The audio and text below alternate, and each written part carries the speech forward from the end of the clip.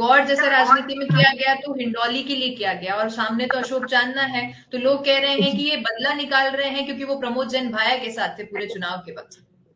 Madam, जिन लोगों ने मेरा नुकसान किया उनका नुकसान तो करूंगा ना, उनसे हिसाब तो बराबर करूंगा। जो लोग मुझे वहां चुनाव पर हरा के मुद्दे गए, वोट कम करके। जो लोग मुझे चुनाव हरा के गए, जी। जो लोग मुझे चुनाव हरा के गए, मेरे चुनाव हराने हारने से हजारों घरों में चूल्हे नहीं जले, लाखों लोगों ने उस दिन खाना नहीं खाया था। और विशेष रूप से बूंदी बूंदी जिले के लोग, और विशेष रूप से हिंडोली के लोग, हिंडोली से हर गांव से लोग मेरा प्रचार करने गए थे। जी। हिंडोली से हर गांव से मेरा प्रचार करने गए थे। और अब वो भी ये चाहते हैं कि मैं हिंडोली में जाकर काम करूं और उन लोगों के उनसे भी मिलूं। तो हो सकता है अगर मुझे लगेगा कि मैं हिंडोली में मेरी पहाड़ पड़ जाएगी तो क्यों नहीं फॉर्म भर सकता, क्यों नहीं चुनाव लड़ सकता भाई। बिल्कुल। सर, क्या हम ऐसा पूछ सकते हैं कि जगह जगह चुनाव लड़ने का प्रयास करने से बेहतर ये रहेगा कि आप एक ही क्षेत्र में अपना दबदबा बनाकर उस जगह से चुनाव लड़े जहां ऐसा है पर मैडम, आपकी सबसे ऐसा है ज्यादा मैडम, ऐसा है लोकप्रियता हो। मान्य, ऐसा है अंकिता जी, पायलट जी। साहब दौसा से चुनाव लड़ सकते हैं, अजमेर से चुनाव लड़ सकते हैं, टोंक से चुनाव लड़ सकते हैं, किरोड़ी लाल जी महुआ से चुनाव लड़ सकते हैं, टोडा भीम से लड़ सकते हैं, सवाई माधोपुर से लड़ सकते हैं, लालसोट से लड़ सकते हैं, सपोटरा से लड़ सकते हैं, राजगढ़ से लड़ सकते हैं। तो मैं क्यों नहीं लड़ सकता? जहां जनता चाहेगी वहां से चुनाव लड़ेंगे।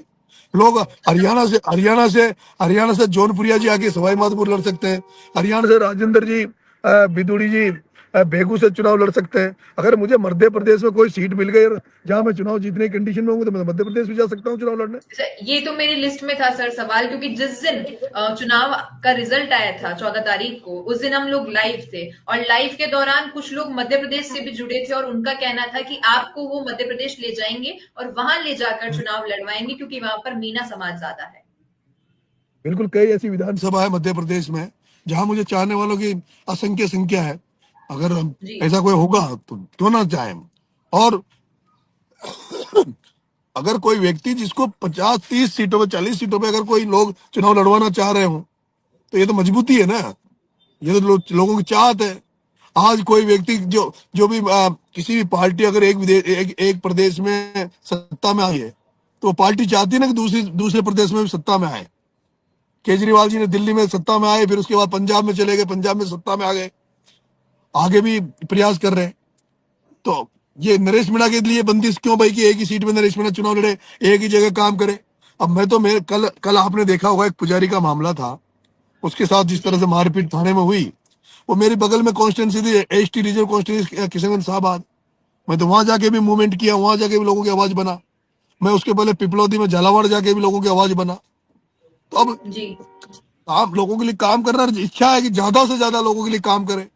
रही बात चुनाव लड़ने की, तो जहां मुझे लगेगा कि ये मेरे लिए सेफ सीट है, यहाँ से मेरी पार पड़ सकती है, तो क्यों ना वहां, जहां आदमी यही तो चाहता है कि जिस जगह उसकी ठीक ठाक हो वहां चुनाव लड़े।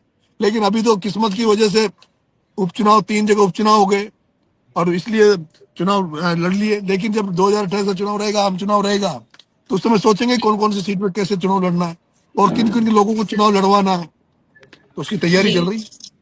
अब बात करें पार्टी और दल की, तो देखिए, बीजेपी के लिए आपने कह दिया कि मैं कभी भी बीजेपी के समर्थन में आके उस पार्टी से चुनाव नहीं लड़ूंगा, और कांग्रेस ने आपको 6 साल के लिए निलंबित कर दिया है, तो क्या किसी और पार्टी की तरफ आपका ऐसे झुकाव है अभी इस वक्त कि आम आदमी पार्टी या फिर आपके कई जो राजनीति में दोस्त हैं उनके साथ जुड़ने का? बीजेपी में कभी ज्वाइन नहीं करूंगा, ये मैंने कहा है जी। और मैं अपनी जबान पे रहूंगा।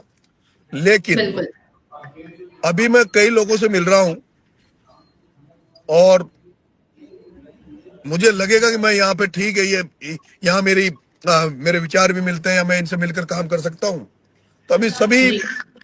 सभी विकल्पों में मैं देख रहा हूँ कि कहाँ मैं सूट करेगा हमारे लिए।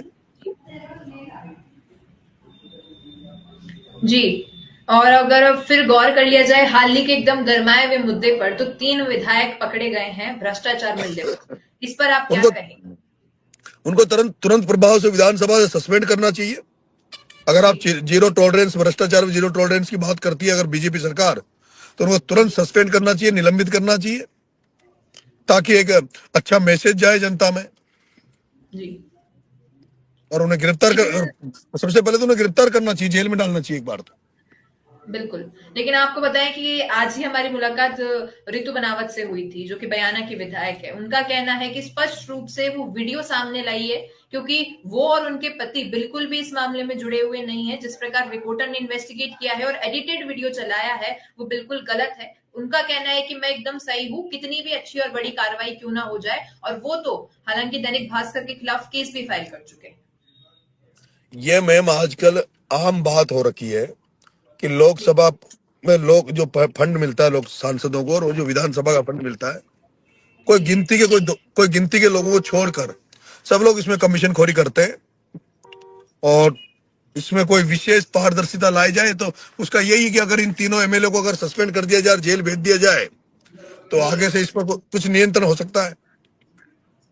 जी, और सरकार के हाल ही में 2 साल पूरे हुए हैं। 2 साल पर एक सबसे बड़ा तोहफा तो ये 3 विधायक मिल ही गए हैं। आप क्या कहेंगे, 2 साल में क्या कुछ किया है सरकार ने? ग्राउंड पे तो कुछ दिखा नहीं 2 साल का मैम। कहीं पता नहीं चल रहा कि कोई भारतीय जनता पार्टी की सरकार चल भी रही है क्या। चारों तरफ भ्रष्टाचार है, करप्शन है। और मैं जिस हाड़ौती से आता हूँ, हाड़ौती में पूरी फसलें चौपट हो गई थी, बरसात की फसलें। उसके बावजूद ना तो फसल बीमा का पैसा किसानों को मिला, ना मुआवजा मिला। किसानों पर किसी तरह का ध्यान नहीं दिया जा रहा।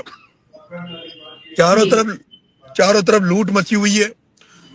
हर व्यक्ति ये चाह रहा है कि ज्यादा से ज्यादा जनता को लूटे और अपने घर भरे। अभी 2028 को अंकिता जी दूर है। अभी तो हम अपने आप को कितना ताकत वो कर सकते हैं, कितने लोग हमसे जुड़ेंगे, कितने लोगों को हम जोड़ पाएंगे। और खुद का आकलन बहुत जरूरी है राजनीति में।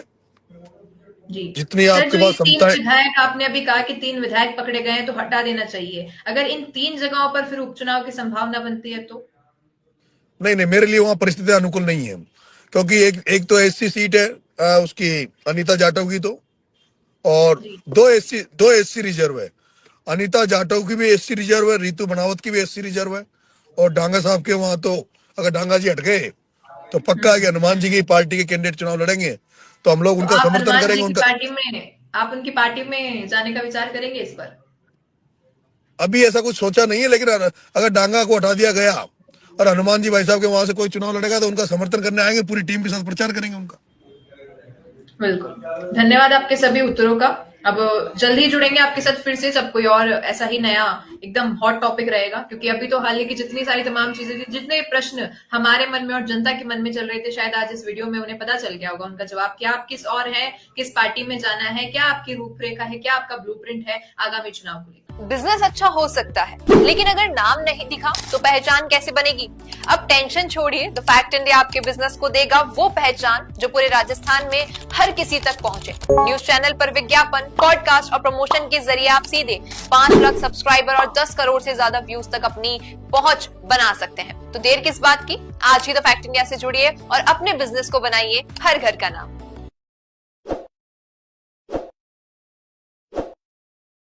ताज़ा खबरों के लिए विजिट करें द फैक्ट इंडिया की वेबसाइट और डाउनलोड करें द फैक्ट इंडिया ऐप।